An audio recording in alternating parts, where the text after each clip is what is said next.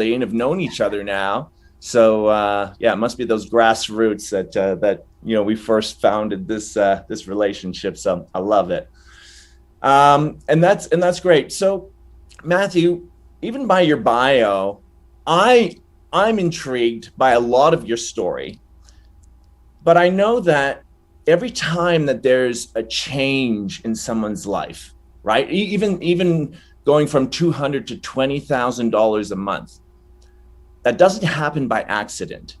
There's something that occurs, inside our mind, inside our heart, inside our soul or spirit, that creates an outer change. Maybe you can walk us through a little bit about how you did that, where you came from, and a little bit about your story. Well, funny part is, when I was 13, I was a bullied kid growing up in a small town. My school was from kindergarten to grade 9. We had a total of 70 kids. Okay, so over 9 grades, 70 kids. So it gives you how big the Marshall town actually is. And from there, basically, it was kind of funny because I was an outcast, very skinny kid, soaking wet, maybe no more than 60, 70 pounds max at my weight, but wasn't very good at athletics when I was growing up as a kid. So when I was 13, I made a choice that I actually wanted to start, becoming somewhat of an athlete, because I was the last person put on a team. I was terrible at sports. I wasn't good at school. I was the outcast. And I realized that, I had to change. So basically, it kind of came from pain, where I discovered bodybuilding and lifting weights. As far as even a push-up was, I couldn't even do a push-up when I was 13. It was that bad. So it was the angle of, I went to my Uncle Mike, who actually was kind of my original mentor when I was first growing up as a kid. My Uncle Mike had this farm. We had this farm when I was growing up as a kid. We had cows and chickens and pigs and horses and lamb that we farmed. And he actually built this workout shed from combine tractor parts and cultivator parts. Half of it was that, half of it was also bought equipment, on maybe a small room the size of my office right now, in this place. And we trained in there on the farm when I was 13 to when I was 18 when I left the farm. That's how I basically kind of began weight training. I was actually in this farm in Acadia Valley. And that's where I kind of discovered fitness and bodybuilding and my confidence. And it was my sanctuary, almost like my church, of where I discovered Matthew Park. Because at school, I just didn't enjoy school. Sport wasn't my thing. And funny enough, I went from being the last guy in track and field, getting last place in 100-meter sprint, long run, you name it, and went from being the guy who broke Alberta records 2 years later just because of lifting weights.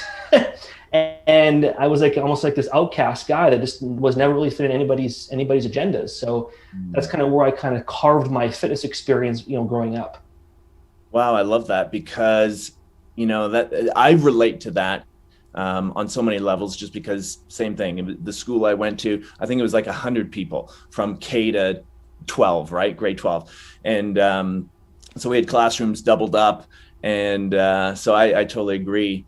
And one thing that it's my personal experience, and maybe you can speak to this too, is I realized something, that it was my struggles that allowed me to discover who I was, rather than trying to be perfect. And so I often say now, we figure out who we are by who we aren't.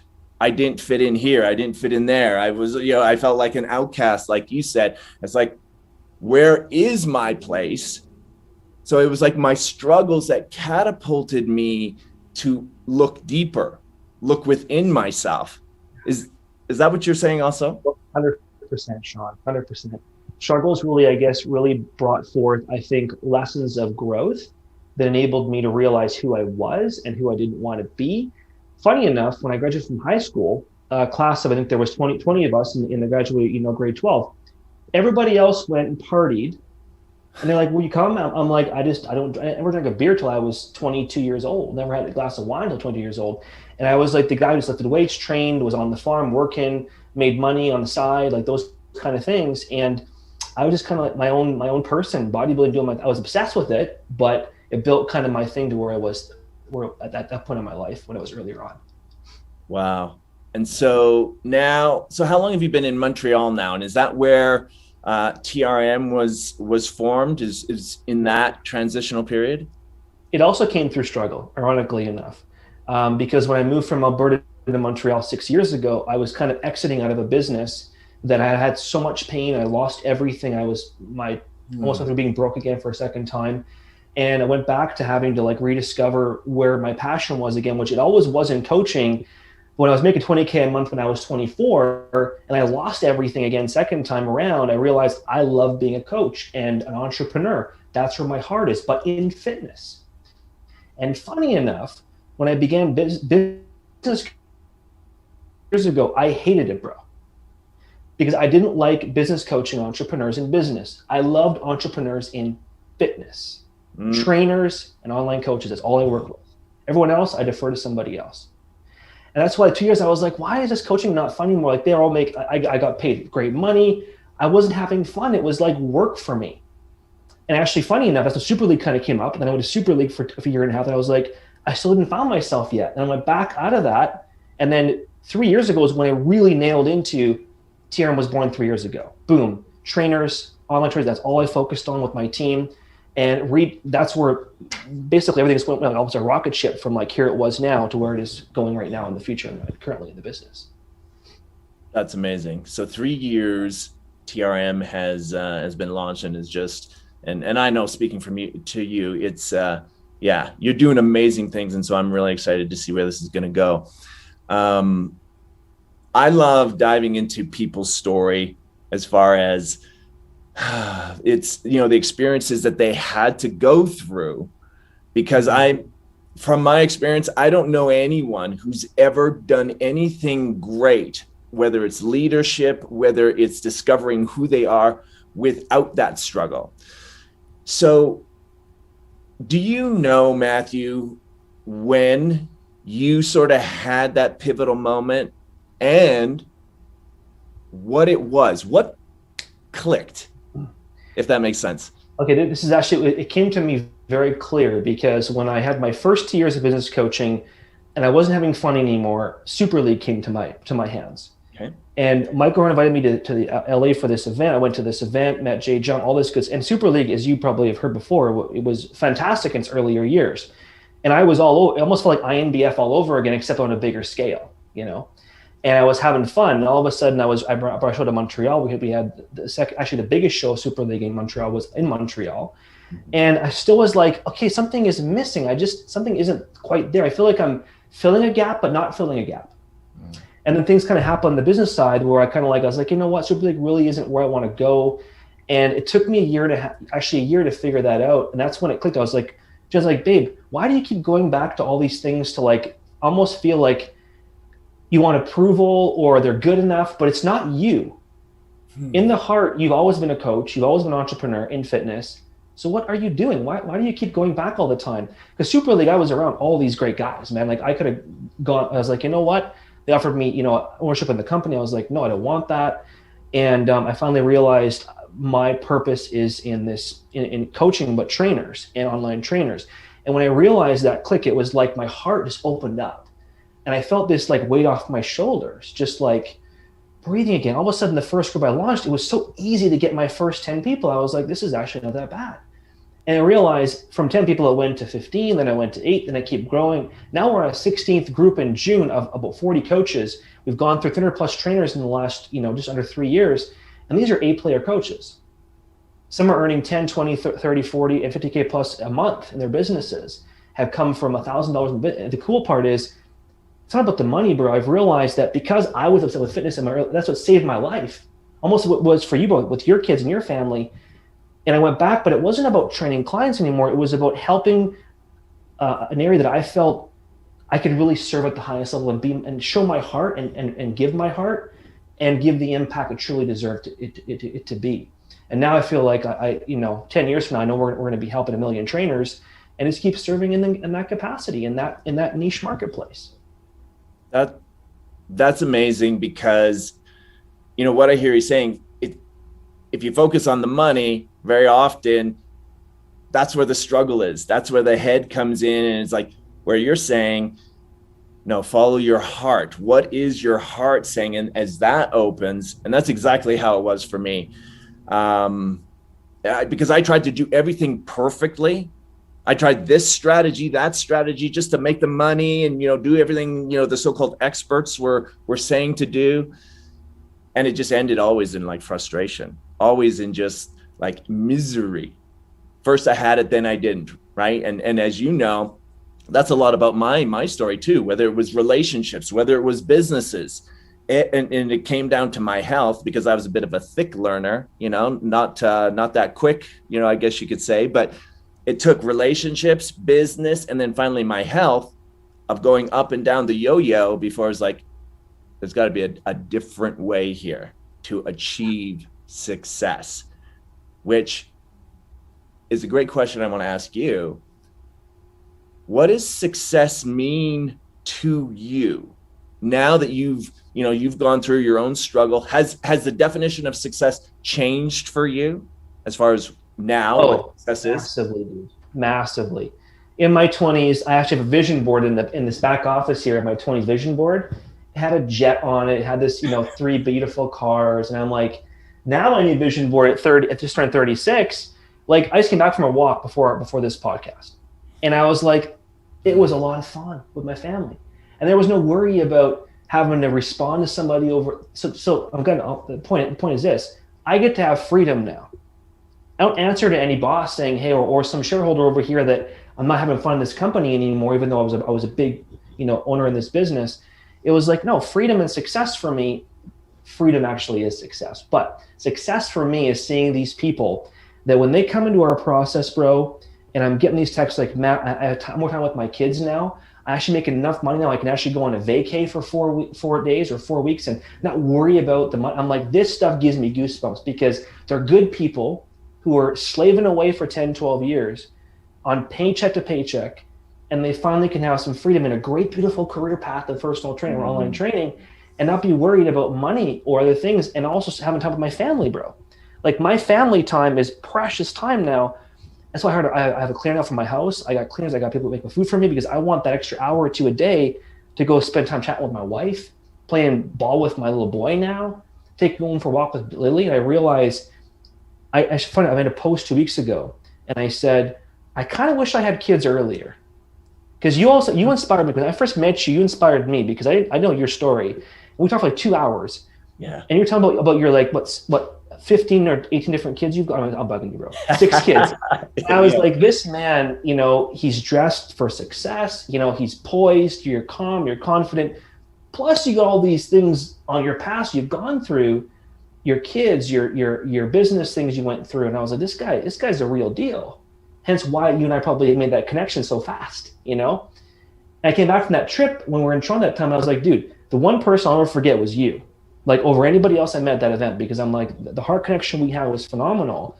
And because you're from a small town boy that went through all these life experiences, and your book speaks for itself, because that mirror in the front, you talked about that, the boy and the man, Yeah. And which is kind of powerful, and plus you're freaking all these kids, man. You're being a role model for them and your wife.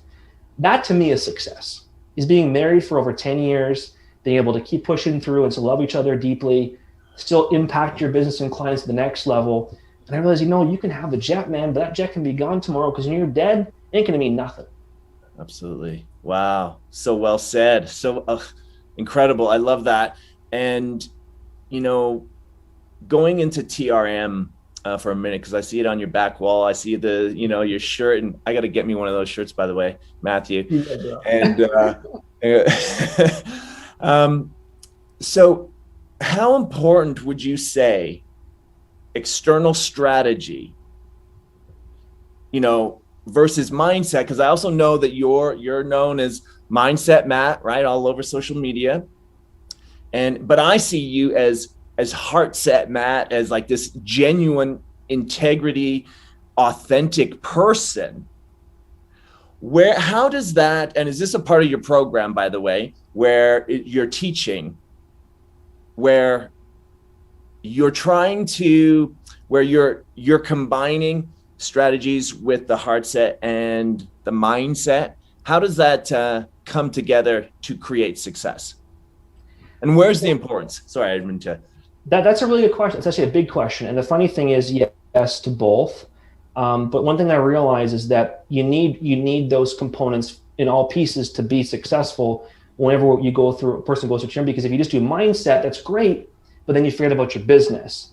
And if business is all great, all the tactical tools, but if there's no heart to go with it, you're going to probably have some failures along the way.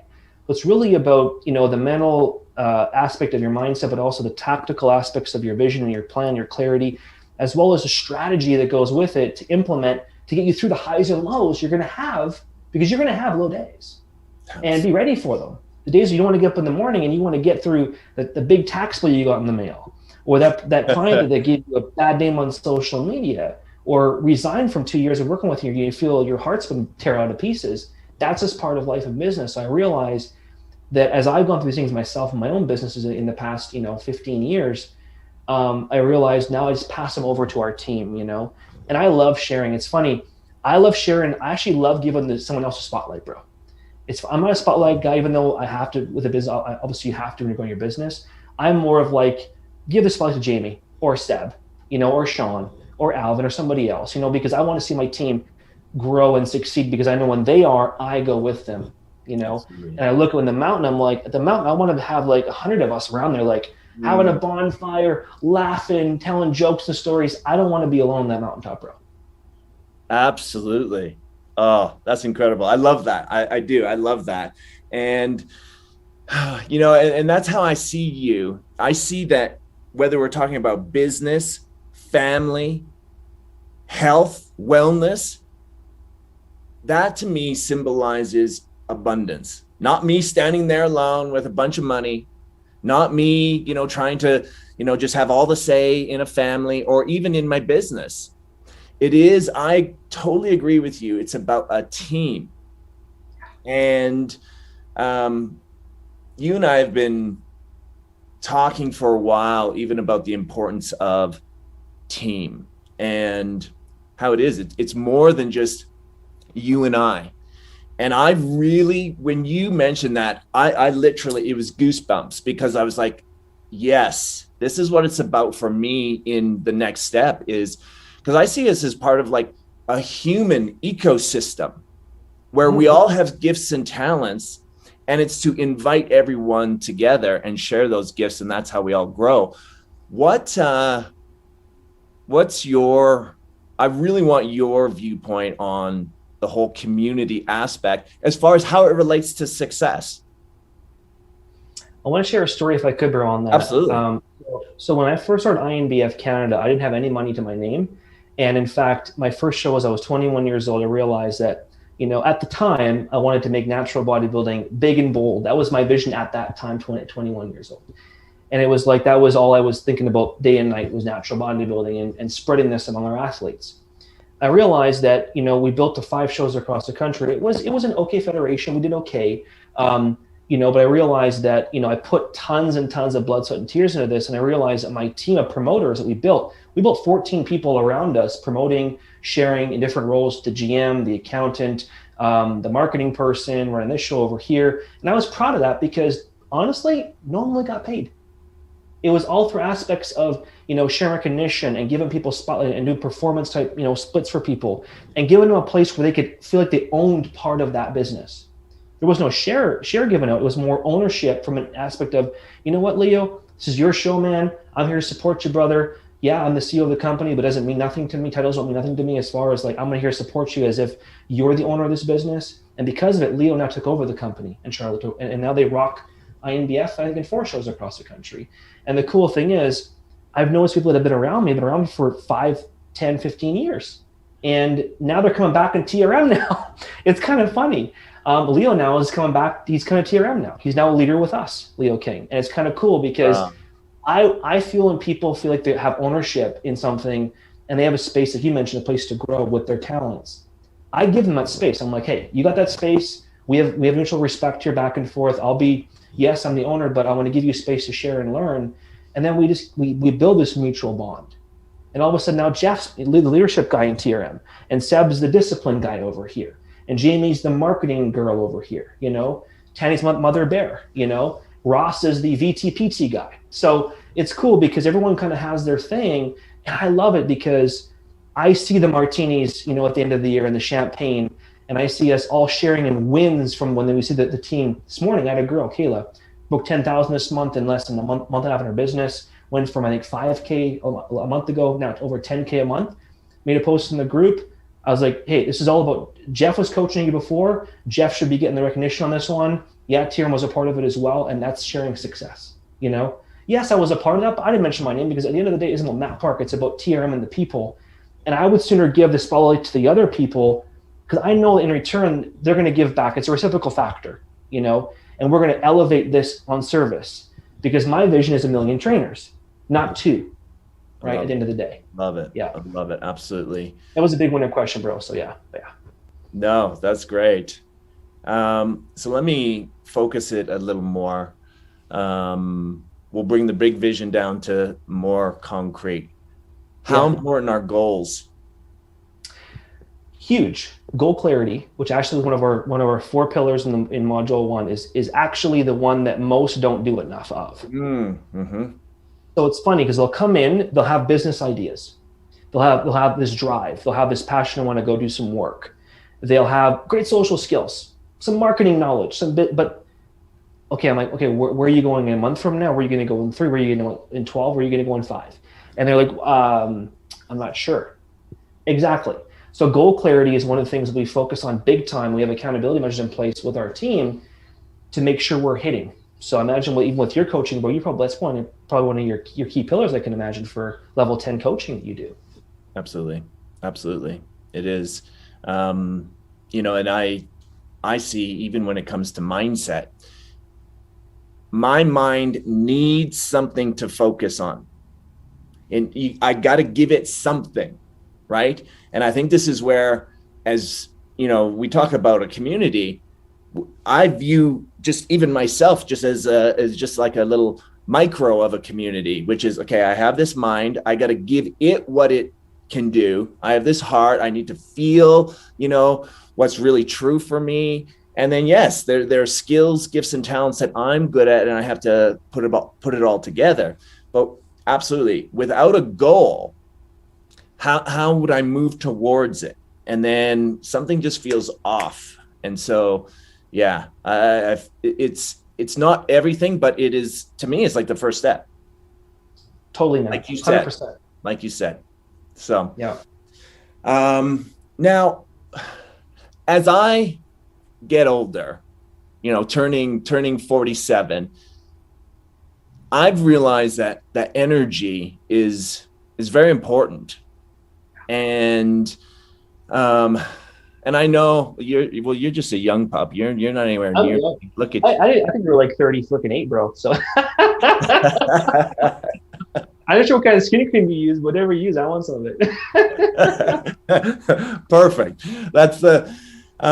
How important is, well, and I love this because when it comes to energy, that's where I really resonate with what you were talking about earlier. Natural bodybuilding, doing things that really, you know, grow us into the future, not, you know, have us face a lot of roadblocks. It's like, no, like a holistic approach, body, mind, heart, energy that's like growing a community, growing a family. I see this as all related.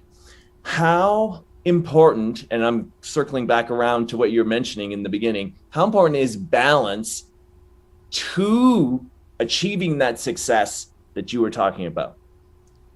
I just realized how important balance was like 6 months ago. Okay. It's funny you mentioned that because I thought I knew what balance was. I kept telling myself it's integration, it's all fine. And I realized, man, I keep burning it all the time. You know, I keep like pushing hard, building, all of a sudden I'm crashing. So I realized 6 months ago, okay, this is where the family thing came in, which is funny because I actually have less time on my hands because I have 2 young kids. You know, you've got 6, and maybe you got 8 now. And the funny thing is now with my energy and my time, I delegate a lot more in the business, but I realized that balance allows me to be more creative. It allows me to give more to my team because they want me to show up energized, not drained. And if I only show up 2 hours a day, I better be on point 2 hours a day, not show up for 4 and I'm half button and all that kind of stuff. Mm-hmm. So I realized that when I did that, the business took one big leap upwards again. So every time it's funny because I almost kind of like have this growth period. All of a sudden it's growing. All of a sudden I go boom, big thing. Things change in the business model. things get evolved, things scale on this, all of a sudden, boom, you kind of go through a growth, all of a sudden stale again for a little while. And I realized the balance thing was when I was kind of going through this phase of learning again in my life. And when now I take weekends off from business. I work on things in the weekend here and there, but not like no coaching calls, no sales, nothing in the weekend. And it's more during the week is my time to prime, like it's my time to get stuff done, work it out. And because of that, I've been able to get more done in less time. And I use my team more effectively. I should bring better people on who are more skilled than I am. And, they're taken care well, like the Jamies, the Tannies, the Johns, and others on my team. And that has enabled me to just really be good where I'm at, which is the teaching part, the creating part, the coaching high level part. And that's where I love to shine. I don't like to be doing administration and all this tech stuff. That's why I got a team for that, But in the beginning, I was doing everything. And I found myself, I was like, in my mind, I was like, Matt, do it all yourself, right? And you hear this thing a lot.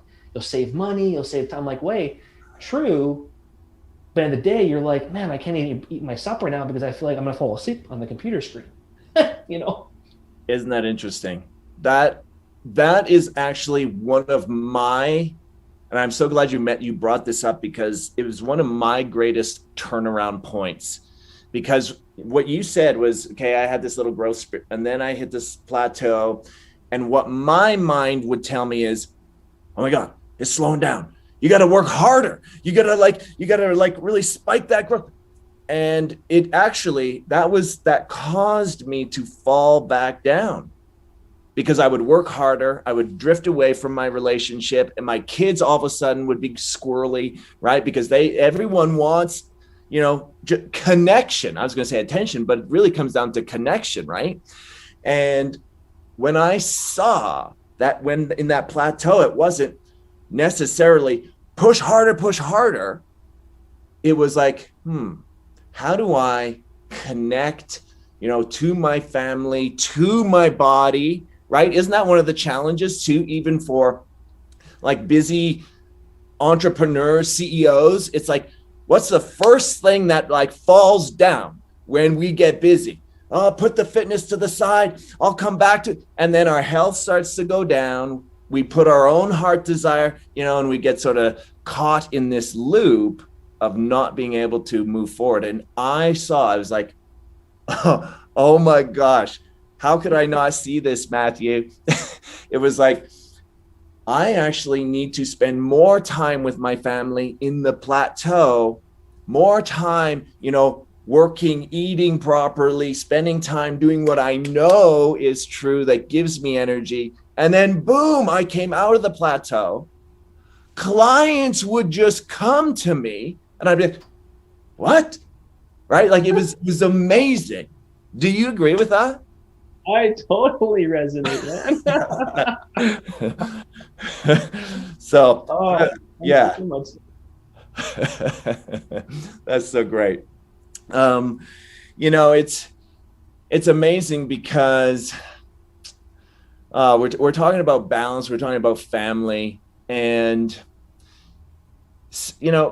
my struggles were my greatest points to move me forward, right? And I realized that I didn't have to struggle when I was in it. And I think it just brings all these pieces together, right? Balance, community, what real leadership is.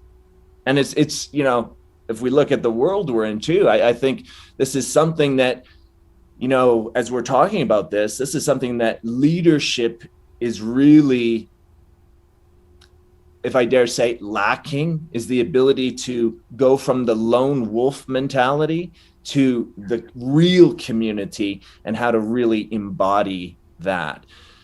So I love what you're saying. Absolutely. Your message is phenomenal. That's why I'm so excited to have you on.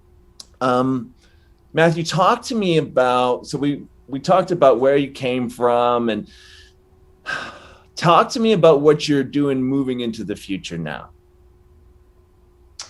Funny you mentioned that. I was thinking about it during the walk. It's funny you mentioned that exact question because I realized, like, Matt, who are you right now and what are you building towards? And, I have this vision of 1 million trainers. It's not about the number to me. It's about looking in the aspect that if I happen, and seriously, this is obviously a cliche term, But if I died, in 10 years, I had 10 years to live, I asked myself, okay, I want to be asked the question, where did you make the most impact, Matt? Like, what really are you most proud of in these last 10 years? And I'd be number one with my family, my two kids, and my beautiful wife. Number two would be like, okay, I know that I impacted 1 million trainers in a way that helped them further impact their clients and also their families. That would bring me so much, I'm feeling right now, like so much goosebumps and joy, because I know it's in a field that love it so. I love fitness. I always have. And I know that's a place that I can relate to, and a place where that I can show my biggest and brightest light towards. It isn't showboaty. It's just me being in that park. It's a real, yes, I make jokes. I screw up. I'm not perfect, but I know it's a business. I've been through this in 17 years. But at the end of the day, this is where I want to be in 10 years, and if the Jets come with us, wonderful. I'll take us all in a jet together. And we're going to go to the Costa, we're going to hang out and chill together, So I've realized, to me, it's about, I'm going toward experience and impact, meaning experiences and impact. Okay. Money will come with that, and money will give the opportunity for us to have more experiences that create more memories and change more lives for us. So well said. Honestly, so well said. Because you're right. We can often hear impact, but I love what you said, because it was I felt your energy around that, the truth around that. And to really embody that, I think, is what we need, because as you speak it, I feel it. And I think that's the real difference, is going from just saying something to embodying it, really living it. I get asked the question quite a bit, which is, okay, Sean, that's great. Maybe that's where you are now, right? Maybe you're not struggling like perhaps I am. So does that message of impact, does it apply across the board, even to somebody starting off, to really being able to try and embody that principle of impacting others? Or is it later on in different phases? Does that make sense? It does make sense. Okay. Yeah. So I want to ask your opinion on that. Is that something that,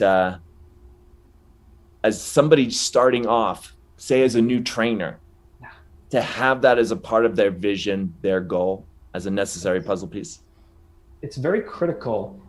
Many coaches, when they come to us, though, aren't really sure what it is yet, because they haven't really got past phase 1 or phase 2. Okay.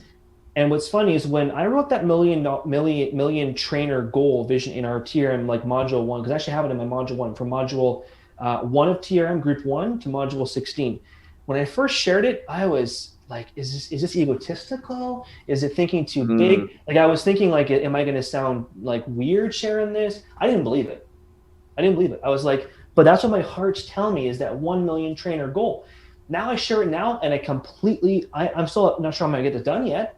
The plan is still kind of laying out as I'm building the business, because it's a big goal. But if I was laying in a hospital right now, asking the question, like, did I really do my purpose here on this last 10 years of my life? I know those 1 million trainers will be able to have more freedom-based lives, where they can take care of their families, the loved ones, and their clients, and go take weekends off and chill into their life. And I'm like, that to me is something I couldn't do when I was 21, 22. I was still struggling. I was paying off credit card debt. Totally. And I was living like I didn't have any money. So I realized that I don't want, one of the best careers out there to have that sort of life, because it sucks. It's no fun. I want them to be living where they can actually be their creative selves, go in that gym or online, or whatever they're doing, and just be bolder with their approach as they're serving. Absolutely. Absolutely. And impact, I think, is a heart skill, if I can say that. And let me just throw this in, if I can. Even in writing the book, Heal the Boy, Build the Man, I realized two things, Matthew. I realized that, there's the incidents that occur in our life, right? It was like, okay, at this age, this occurred, and then I went through this, and then this occurred, blah, blah. That was great. That's one thing. But then I realized that there were moments of impact along the way. And it was that impact that really imprinted in me. And so that's why when you bring up impact, it's a heart skill where it's like, yeah. So I totally agree. And it's actually one of my core things too, because without really focusing on how I can impact, then there's like a separation within me. And I think that has personally, I think that has a lot to do with my personal struggle in the past, was that disconnect. Can you share one example with that? As far as impact? Well, from your own personal story, like one example Sure. that kind of had that sort of resonance with that kind of story that you just mentioned. Okay, absolutely. So just in writing the book, and this is how long it took me to actually believe the impact. And I believe that there's, we can either try and figure everything out all on our own. That was me for the longest time, the lone wolf approach. And that was 38 years of struggle. Okay. And then I realized that we can learn from others. And that's also the value of community. And so as I'm writing my book, I'm going back through my past stories, my past experiences. And something occurred, Matthew, where I was like, even like impact became a living thing. So my dad left when I was like a year old, right? And I heard the stories. And so I'm like, okay, my dad left, and maybe that's why I struggle with relationships or whatever earlier or later on. But as I'm writing this story, I had this experience pop into my heart, and I felt it. And I felt like I was back in kindergarten. And here's what occurred. I remember, like, my family never talked about my dad leaving. And so I didn't even know. And so it was kindergarten. I still remember this. I remember every detail, Matthew. I'm sitting in class, and you know how the teacher was like, okay, class, gather around. Let's read a story. We all sat on the floor, and she said, okay, now we're going to do this little exercise. Everyone's going to come to the middle, and you're going to tell us your name, and you're going to tell us about your dad. Funny how life is. And so I'm like, our dad. And literally, I drew a blank. And each kid was like getting up, coming in. And what happened was I actually disconnected from what they were saying because I went inside my own fear. And I was just like, I don't even know my father's name, Matthew. And so it's getting closer to me, and my palms are sweating, and I'm like, right. And I'm impacted by this incident, but it was real in that moment.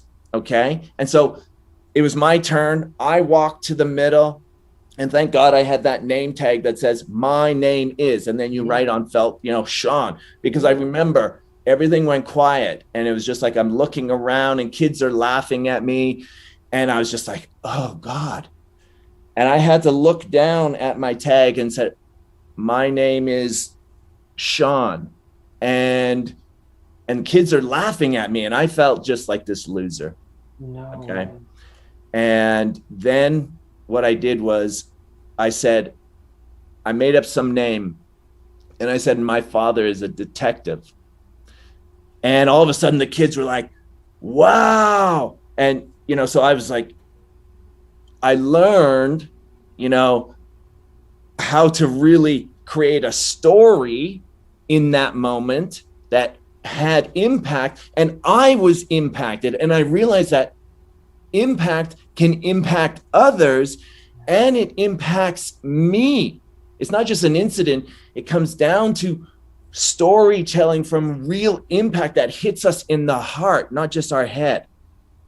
And it was like, wow, there's a difference between just telling a story or stating the facts and really connecting on the heart. And so this is one thing that I get people to do now is like, okay, great. Tell me your story. And it's actually one of the things I do. It's like, okay, tell me your story. And we'll literally be like, role play, be like, no, not good enough. I didn't feel it. Did you feel it? And you'd be surprised how many people have this impact where they're like, oh my gosh. And then when they get it, they like turn on and they become, everything, their energy shifts. Does that make sense? Holy, that's phenomenal, man. So yeah, so I'm a big believer in impact and the value and the power that it has. When did you get over, I guess, when did you obviously realize that the dad thing where you like accepted it and, like made that acceptance real for you, right? So it was my second divorce, 38 years old, in my darkest moment, because I thought I had figured it out after my first divorce, right? Because it was like, I was homeless after my first divorce and worked really hard, applied just my mind, and I did through willpower. Yeah. I created this, new life, and I thought, oh, well, clearly my results show I've figured this out in my head. Okay. But, at that point, I started to repeat the pattern all over again. Once I hit a certain number, all of a sudden I started coming down and I couldn't do anything. It was like water through my fingers and I couldn't turn the tap off, and it was just, and boom, I made more money, but then all of a sudden within a heartbeat, I had lost it all and more. And I remember it was in my lowest time after my second divorce. I figured out it's not just about my head, it's about my heart. And I got to feel into this and really dive deeper, not just keeping it on the surface, not just keeping things cliche level, like you were talking about. And to me, that's what impact is really feeling our way to what's inside of us.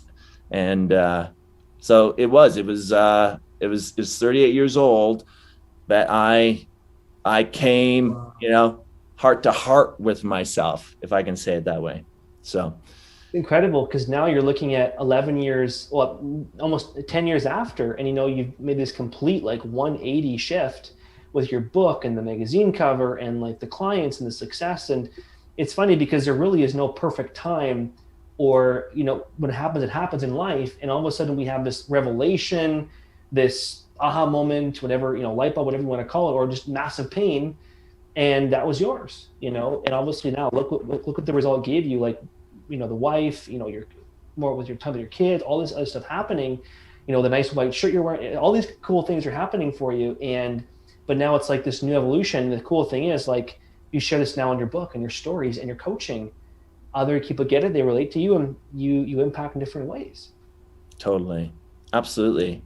It's it's definitely been life-changing. And I know that's the exact work that you do. And that's why, the value of having the right partnerships or connections is so key.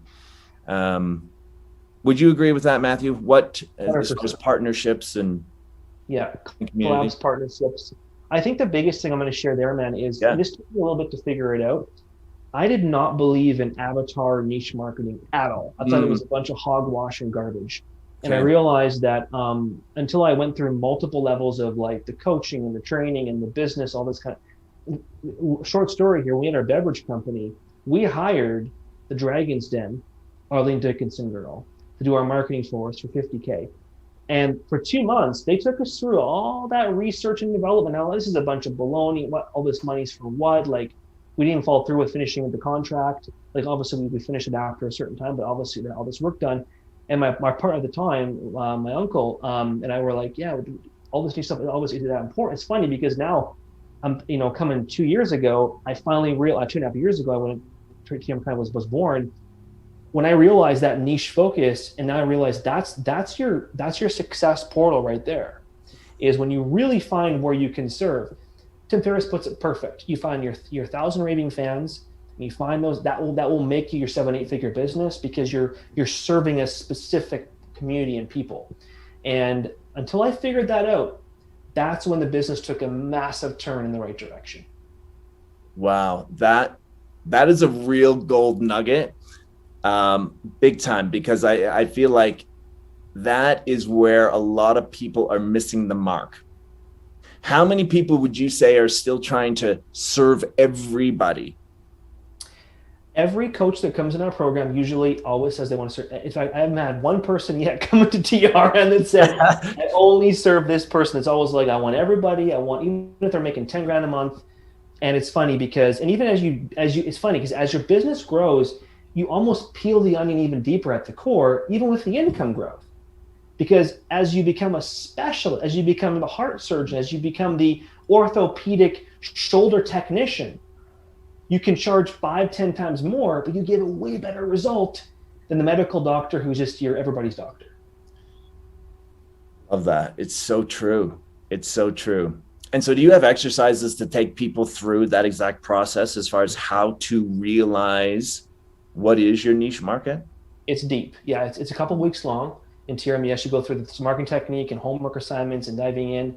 It goes back into knowing, who you are, where your pain points were in your own life, and obviously where you can also serve with your client that you want to serve.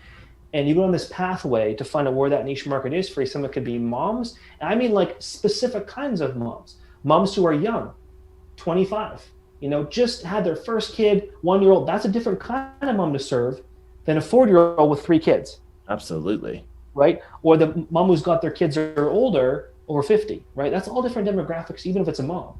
So you can almost hit a mom with, 5 different niche demographics, mom who's single, mom who's divorced, a mom who's got 3 kids, mom who just had a kid, mom who's having her first kid. That's all different ways to serve them because they're all thinking different thoughts. Yes. But even if that woman who wants to serve say one with, a young mom who's 25, has 1 kid, and they want to hit 1,000 of those moms exactly like that, that is a 7-figure year business if you do it right with just that mom right there, which is kind of crazy to think about. It's phenomenal. And it's a bit of it's a total mind shift, and it almost goes against the grain, right? As far as how we're taught. And, what I know from just personal success too, is even that avatar that allowed me to build my routine in life, the things that gave me energy, right? It's like, well, of course that makes sense in business because it makes sense for my own well-being. Why would it not make sense to, focus on, this avatar in business with partnerships, right? So, how important is your daily routine to success in business and just balance as well? Well, you probably heard the term, it's critical. The one thing I do first thing in the morning is the first thing I do is I get a cup of coffee and have a glass of water, and I always read every time. Okay, I don't pull the journal out yet because my brain cell is waking up. Mm-hmm. I find this for a year. I read first thing in the morning. I've tried all the routines of like the power hour, and they're all great things. They all have their certain powers. They work in certain ways. But for me, I have to read first thing in the morning. No, there's no phone until 8:30 ever. And that's one thing I've also learned in the morning. The first thing I'll do is when I we'll have that cup of coffee and that water and that reading in, and there's no phone. My brain is trained on one thing, not the phone dinging in my ear watching a YouTube video on motivation. That's distraction still. People say, I'll watch a video. I'm like, that's still distraction. You're watching your phone again. But reading trains your brain to concentrate. So when you can concentrate and go back to old school learning, even if you're taking notes in the book, you're making journals on the side, it almost is like working out your body first thing in the morning, which is beautiful as well too, is you're waking your brain up and waking your body up to perform in the course of your day.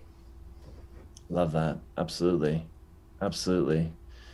Matthew, this has been great, but I want to pick your mind a little bit still, just on from everything that you've gone through, right? The ups, the downs, transitioning, stepping stones from, what you thought was, okay, I'm going to create this business, and, all of the success and failures.